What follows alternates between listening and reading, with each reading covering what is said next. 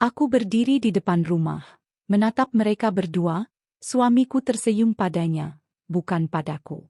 Jantungku hancur, tapi aku harus tetap tenang. Apa aku bisa menyelamatkan pernikahan ini? Langit sore menumpahkan cahaya jingga di halaman rumah kecil itu.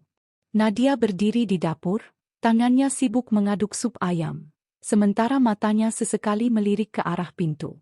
Di ruang tamu, suara tawa Raka terdengar hangat saat ia menonton acara komedi. Kehidupan mereka sederhana, tapi penuh cinta. Setidaknya, begitu yang selalu Nadia yakini.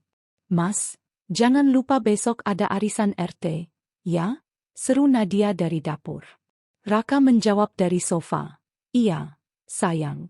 Kamu gak pernah lupa ngingetin hal kecil, ya?" Nadia tersenyum. "Kalau bukan aku, siapa lagi yang ngurusin kamu?" Kehangatan itu mendadak terganggu oleh notifikasi pesan di ponsel Nadia. Nama yang muncul di layar membuatnya terkejut. Alia, teman lamanya semasa kuliah. Gadis ceria yang dulu sering nongkrong bersama mereka. Pesannya singkat, "Nat, aku pindah ke kota kamu. Aku kangen banget sama kalian." Beberapa hari kemudian, Alia benar-benar datang. Saat pintu rumah dibuka, senyum lebar Alia menyambut. "Nat, Raka, aku nggak nyangka bisa ketemu kalian lagi." Raka yang berdiri di belakang istrinya tampak kaget, tapi matanya berbinar. "Alia? Wah, lama banget nggak ketemu. Kamu masih kayak dulu aja."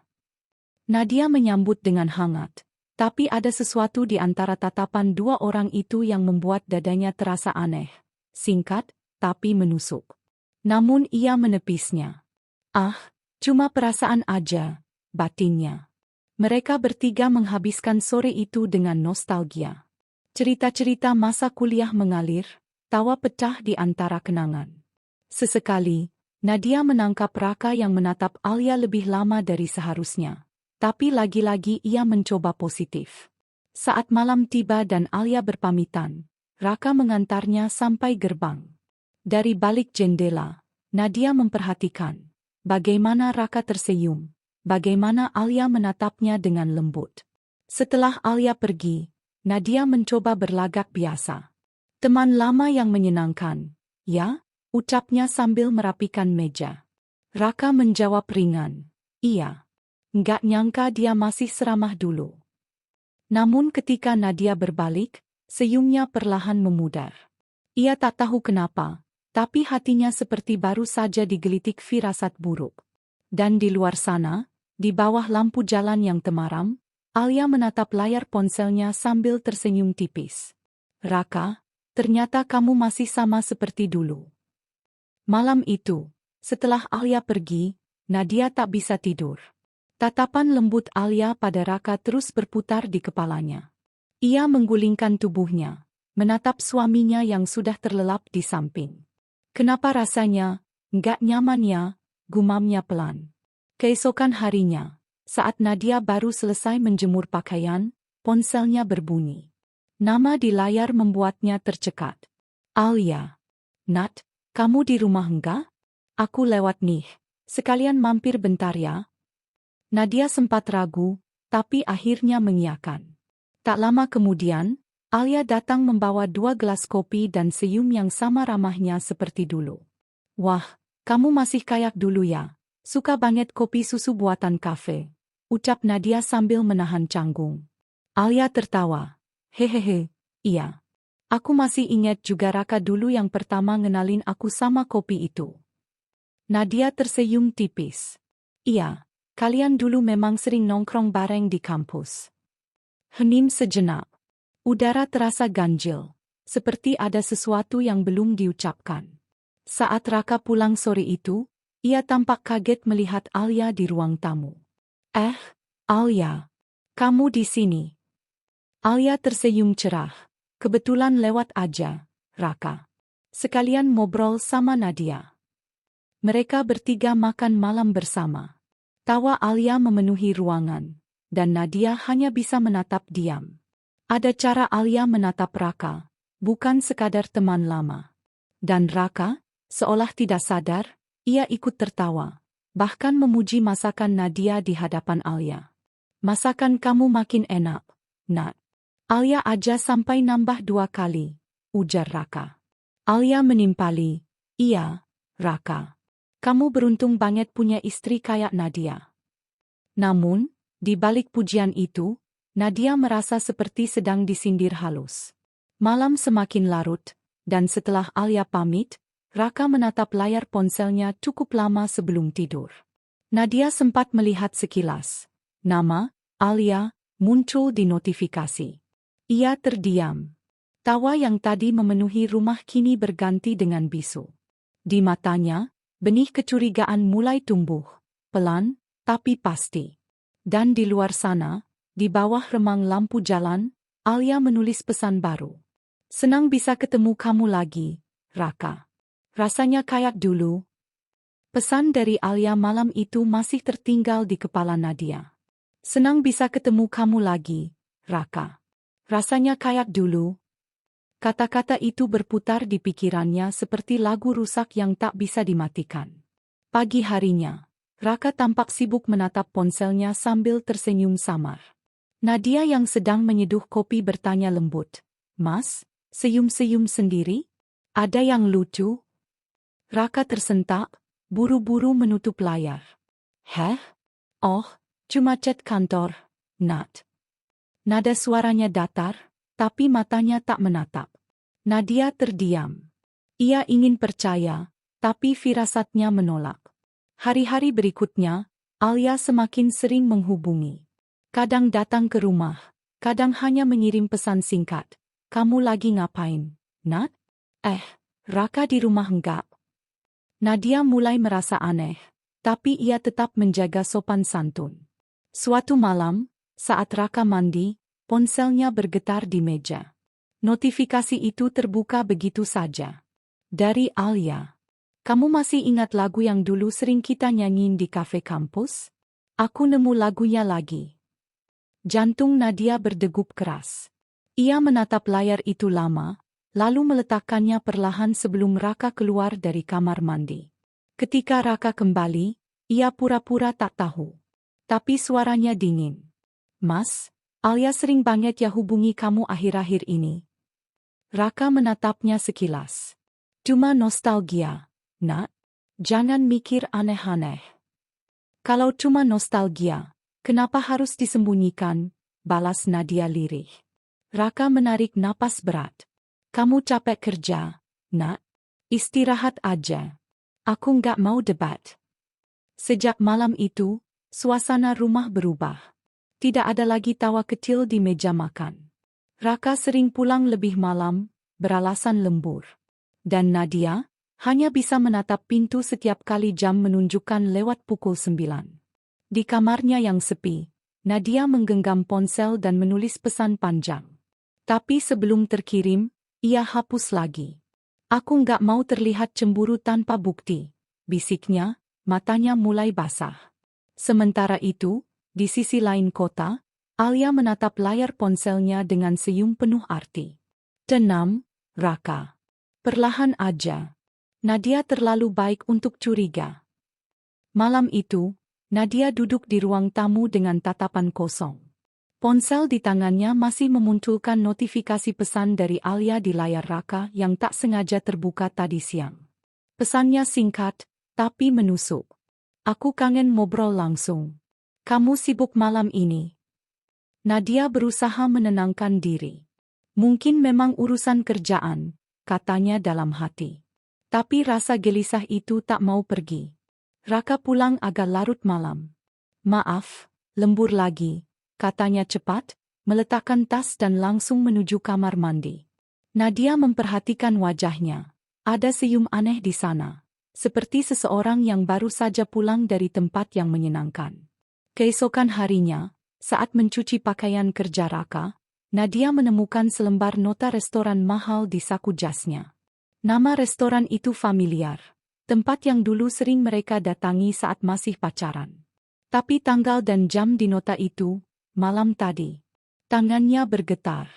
Ia mengambil ponsel, membuka pesan terakhir dari Alia. Lokasi yang dikirim Alia tempo hari. Tempat favorit kita dulu, kamu pasti ingat. Sama persis dengan nama di nota itu. Malamnya, Nadia berpura-pura santai. Mas, lembur tadi di kantor mana ya? Tanyanya datar. Raka menjawab tanpa menatap. Proyek di luar kantor. Aku bareng tim. Nadia menatap tajam. Tim kamu siapa aja? Ya, banyak. Kamu nanya terus kenapa sih? Suaranya mulai meninggi. Nadia menarik napas panjang, menahan air mata. Aku cuma pengen jujur, Mas. Aku nggak mau ada yang disembunyiin. Raka menatapnya, lalu berbalik. Udahlah, Nak. Aku capek. Malam itu, Nadia tak bisa tidur. Ia menatap layar ponselnya lama, lalu membuka pesan Alia, berpura-pura ingin memastikan sesuatu. Tapi sebelum ia mengetik, sebuah pesan baru muncul. Terima kasih udah datang tadi malam. Aku senang bisa ketemu lagi, Raka. Nadia menatap layar itu dengan tangan bergetar. Napasnya tercekat, dadanya sesak. Air mata akhirnya jatuh. Dan di kamar sebelah, Raka tidur nyenyak, seolah tak ada dosa yang perlu disesali. Pagi itu, rumah terasa sunyi. Hanya suara sendok yang beradu dengan gelas kopi. Nadia duduk di meja makan, memandangi Raka yang sibuk dengan ponselnya. Tatapannya kosong, tapi di balik itu, hatinya berperang, antara marah, kecewa, dan tak percaya. Mas, panggil ya pelan. Raka mengangkat kepala. Kemarin, kamu beneran lembur. Raka menatapnya cepat, lalu tersenyum kaku. Iya. Kenapa? Nadia menatap lurus ke matanya. Kalau lembur, kenapa ada nota restoran di saku jas kamu? Restoran yang dulu sering kita datangi. Wajah Raka menegang. Kamu ngubek-ngubek baju aku? Karena aku istri kamu. Suara Nadia bergetar. Aku cuma pengen tahu kebenarannya, Mas. Jangan bohong lagi. Hening. Hanya detik jam di dinding yang terdengar. Raka menatap meja, lalu berdiri pelan. Nat, tolong jangan drama. Aku cuma makan sama teman lama. Enggak lebih. Nadia menatapnya tak percaya. Teman lama? Alia? Raka terdiam. Itu cukup menjadi jawaban. Mas, kamu sadar enggak? Kamu udah berubah sejak dia datang? Aku bisa lihat cara kamu senyum, cara kamu jawab pesan. Semua beda. Nadia menahan tangis. Alia cuma teman, Nak. Kamu aja yang terlalu curiga, bentak Raka akhirnya. Curiga karena kamu kasih alasan buat curiga, balasnya dengan suara pecah. Tangannya gemetar, tapi ia terus bicara. Aku nggak butuh penjelasan yang manis, Mas. Aku butuh kejujuran. Raka menarik napas berat, berjalan ke arah pintu. Aku males bahas ini pagi-pagi. Aku berangkat dulu. Pintu tertutup keras. Nadia berdiri membeku, matanya basah, napasnya terhenti di tenggorokan. Beberapa jam kemudian, ponselnya berbunyi. Pesan dari Alia. Nat, maaf ya, aku nggak mau bikin kamu sakit hati. Tapi kadang, perasaan nggak bisa dikontrol. Tangan Nadia gemetar. Kata-kata itu seperti pisau yang diselipkan dengan senyum. Ia menangis dalam diam, tak tahu mana yang lebih menyakitkan. Pengkhianatan Raka, atau pengakuan halus dari seorang teman yang dulu ia percaya. Sejak pesan dari Alia malam itu, suasana rumah Nadia dan Raka berubah drastis. Tak ada lagi tawa pagi. Tak ada sapaan hangat. Hanya diam, dingin dan panjang. Setiap kali Raka pulang, Nadia hanya menyambut dengan tatapan datar. Udah makan? Udah, jawabnya singkat tanpa menatap. Setelah itu, keduanya sibuk dengan dunia masing-masing. Nadia menulis di jurnal kecilnya, sementara Raka menatap layar ponsel hingga larut malam. Suatu sore, Nadia mendengar suara Raka berbicara di teras. Suara lembutnya terdengar samar, tapi cukup untuk membuat dada Nadia sesak. Alia, aku nggak bisa sering ketemu. Nadia curiga. Berarti kamu masih peduli sama dia? Suara Alia terdengar di ujung telepon. Aku cuma nggak mau masalah makin besar. Nadia menahan napas di balik pintu. Kata-kata Raka menampar batinnya. Setelah telepon ditutup, ia berjalan ke dapur dengan langkah berat. Saat Raka masuk, ia berpura-pura sedang menyiapkan teh. Telepon siapa, Mas? Tanyanya tenang. Raka menatap cepat, lalu menunduk. Teman kantor. Teman kantor, yang suaranya mirip Alia. Raka diam. Hanya helaan napas pelan yang terdengar. Nadia akhirnya bicara lirih. Kalau kamu mau jujur, aku nggak akan marah. Aku cuma nggak mau hidup di rumah yang isinya kebohongan. Raka mengusap wajahnya. Nat, kamu nggak ngerti. Aku cuma bingung. Bingung? Antara cinta sama aku, atau rasa nyaman sama dia? Suara Nadia bergetar. Raka menatapnya tanpa jawaban. Dan hening itu lebih menyakitkan dari apapun. Malamnya, Nadia tidur di ruang tamu. Raka mencoba mendekat, tapi ia menolak. Mas tidur aja di kamar. Aku butuh waktu. Raka menatapnya lama, lalu berbalik pergi tanpa kata. Di tempat lain, Alia menatap ponselnya dengan senyum kecil. Pelan-pelan aja, Raka. Dia akan menyerah dengan sendirinya. Sementara itu, Nadia memeluk dirinya sendiri di bawah cahaya redup lampu. Air matanya jatuh tanpa suara. Retakan di hatinya semakin lebar. Dan untuk pertama kalinya, ia mulai bertanya. Apakah pernikahan ini masih bisa diselamatkan? Malam itu hujan turun deras. Nadia duduk di ruang tamu, menatap jam dinding yang sudah melewati pukul 10 malam. Raka belum pulang. Lagi-lagi, ia mencoba menelepon, tapi hanya terdengar nada sambung tanpa jawaban. Dalam diam, Nadia membuka pesan lama dari Alia. Dan tiba-tiba, notifikasi baru muncul. Sebuah foto story dari Alia. Siluet dua orang sedang duduk di dalam mobil, di bawah hujan. Wajah tak terlihat jelas, tapi Nadia mengenali jaket hitam itu, jaket yang tadi siang dipakai Raka. Darahnya berdesir. Ia langsung mengambil kunci mobil dan melaju tanpa arah, mengikuti firasat yang menuntunnya ke tempat itu. Restoran di pinggir kota, tempat yang sama seperti nota di saku jas Raka dulu. Dan benar. Di parkiran yang remang, ia melihat mobil Raka terparkir. Melalui kaca hujan yang berembun, Nadia melihat Raka dan Alia. Duduk berdekatan, tertawa kecil, seolah dunia hanya milik mereka. Tangannya gemetar. Ia membuka pintu mobil dan melangkah mendekat. Hujan membasahi wajahnya, tapi amarah di dadanya lebih panas dari apapun. Raka, teriaknya lantang. Raka terkejut, wajahnya pucat. Alia spontan mundur. Nat, aku bisa jelasin. Jelasin apa? Jelasin kenapa kamu di sini sama dia? Suara Nadia bergetar di antara hujan. Alia mencoba bicara. Nat, aku cuma. Diam, Alia, bentak Nadia tajam. Kamu teman aku. Kenapa kamu tega ngerebut suami orang? Alia menunduk, lalu menatap Raka dengan tatapan lembut. Aku cuma pengen jujur sama perasaan aku. Aku dan Raka saling ngerti. Ngerti? Nadia tertawa getir. Kamu ngerti caranya menghancurkan rumah tangga orang. Raka mencoba menenangkan. Cukup. Jangan ribut di sini. Tapi matanya masih menatap Alia. Dan itu cukup membuat hati Nadia hancur seketika.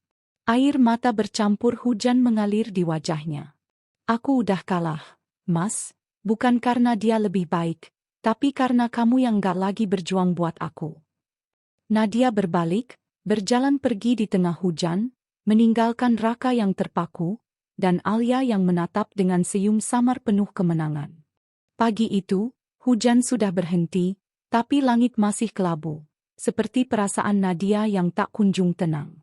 Ia duduk di pinggir ranjang, menatap koper kecil di lantai. Matanya bengkak, wajahnya pucat. Semalam ia menangis sampai suara habis. Kini, keputusan sudah bulat, ia akan pergi. Suara pintu terbuka pelan. Raka berdiri di ambang kamar, wajahnya lelah, mata sayu. Nat, suaranya parau. Kamu mau kemana? Nadia tak menoleh. Aku butuh waktu, Mas. Aku nggak bisa napas di rumah ini. Aku bisa jelasin semuanya, ucap Raka cepat. Enggak perlu, balas Nadia lirih, tapi tegas. Aku udah lihat semuanya.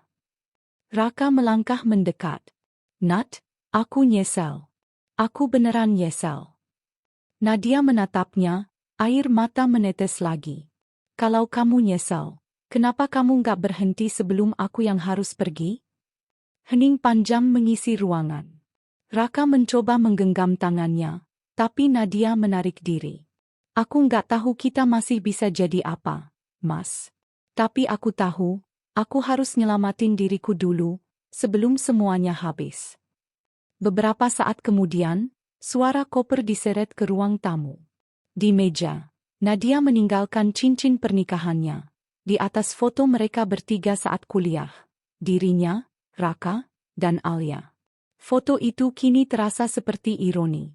Saat mobil Nadia menjauh dari rumah, Raka hanya bisa berdiri di depan pagar.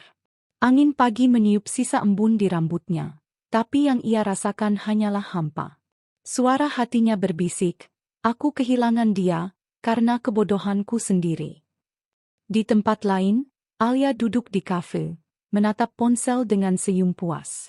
Namun saat membaca pesan singkat dari Raka, aku butuh sendiri. Jangan hubungi aku lagi. Senyumnya perlahan memudar. Wajahnya menegam, matanya berkilat marah. Jadi, setelah semua yang aku lakuin, dia pilih ninggalin aku juga, bisiknya dingin. Sementara itu, di mobilnya, Nadia menatap jalan panjang di depannya. Air matanya menetes, tapi ada sedikit ketenangan di balik tangis itu. Untuk pertama kalinya, ia merasa bebas, meski hatinya masih patah. Beberapa minggu berlalu sejak Nadia pergi. Rumah yang dulu hangat kini sunyi.